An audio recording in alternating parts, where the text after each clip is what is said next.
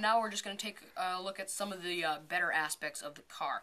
And I'm going to take it for a little practical demonstration right here in our, I guess you could say it's a laboratory. And I'm going to show you some of the really cool things that you can do with this car. Now let's start out with the four-wheel drive. If you're a beginner, you're going to want a four-wheel drive car. I mean, it's just plain and simple like that. A two-wheel drive car, which would be rear-wheel driven, is really for more experienced RC car people. I mean, it can pop wheelies and do all that kind of cool stuff, but you really don't want that to happen to you if you have never driven this powerful of an RC car before. I mean, it's a really cool car. And then I'm just gonna go into a little bit more advanced thing. It's differential, which means you turn one wheel this way, the other wheel goes the other way.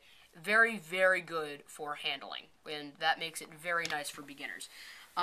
Now, we're going to go back to the, stay with the wheels, and we're going to talk a little bit about the turning radius adjustment. And now I'm going to grab a battery here, and we're going to actually plug the car in for it. So I've got my remote control turned on, and then I'm going to turn on my RC car. And you'll get that little wheel twitch. Don't freak out. It's not going to be zombie car like it did for Will a little bit earlier. Now we're going to start out going all the way over to, you can see that, you can see that turning radius, right? Yep. Yeah. Now we're going to go and we're going to switch it over to a tighter turning radius.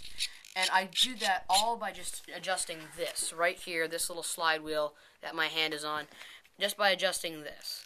And if you slide it all the way to the right, which would be your right, you'll get a wider turning radius like this. We'll focus in on the, there. And this is really good for doing things like donuts, doing drifting, things like that. You might want a tighter turning radius, which would be all the way to the left. If you're more drag racing with your friends. If you're just, if you want a little bit more control over the car. I recommend starting out like this with the tighter steering controls, just to really get a handle on what you're dealing with here.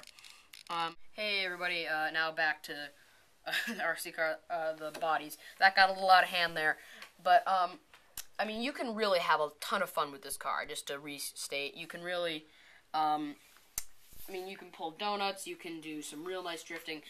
One thing that affects it is that this is a carpeted room that we're filming in, so there is definitely that as a factor. The carpet grips the wheels a little bit better.